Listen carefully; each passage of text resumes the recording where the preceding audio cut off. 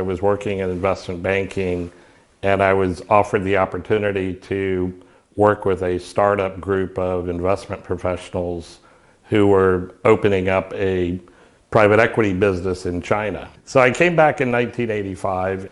In the end, we owned about 20 different companies, literally all over China, in almost every province in China. And it was really an interesting time. In the mid-90s, China was still very much an agrarian, rural population.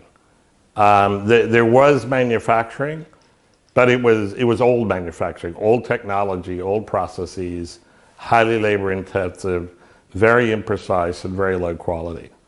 And yeah, the leaders back then realized if China is to really develop, they had to improve the quality and the technology amongst their manufacturing center. I think the Chinese were very, very smart. We want to work with you to develop ourselves and develop the market. And sure enough, that's what they did. Went through this sort of,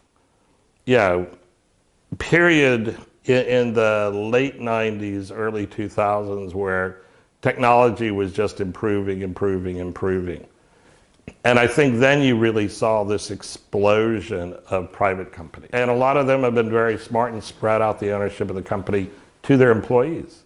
And that gives everybody a vested interest. All these private companies are now amongst the largest, not only in China, but even in the world. Now the question is, where do they go from here? China still has this issue of the eastern part of the country is quite well developed now. But there's still large parts of the country that haven't really benefited from this development. It is an opportunity because it's actually still a majority of the population when the base is starting low and you can grow with it. Well, my understanding of dual circulation is, the concept is that, develop the domestic market, and at the same time actively pursue the export market. And what's been very, very helpful is China sort of moved up that skill and technology curve and become better and better at pretty much everything. And a lot of it, I think, is because they knew they had to improve their quality in order to sell it internationally. So,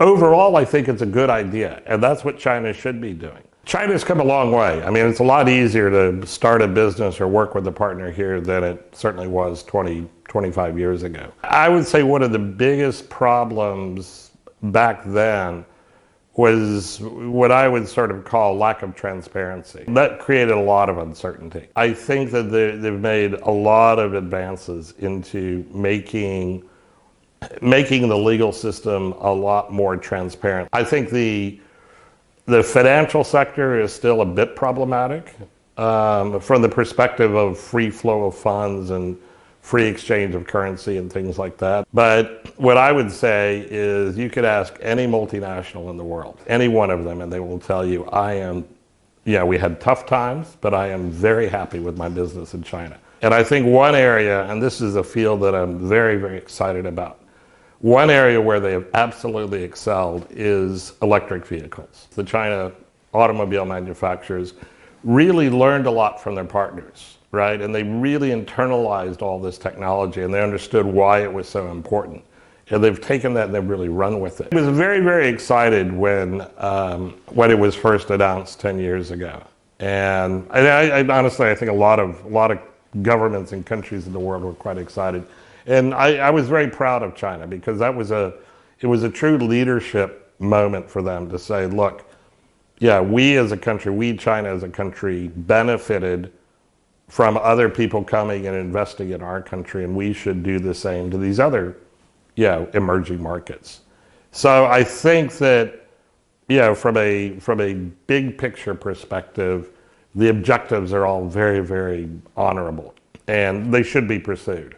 I don't understand this anti-globalization sentiment at all. And I'm especially confused about it coming from a place like America. The globalization and trade between the US and China has raised the standard of living in the United States more than anything possibly in history. if you look at multinational companies, so they want to stay in China because they know that's the only way they can access the market, right? I mean, they're very much in favor of globalization.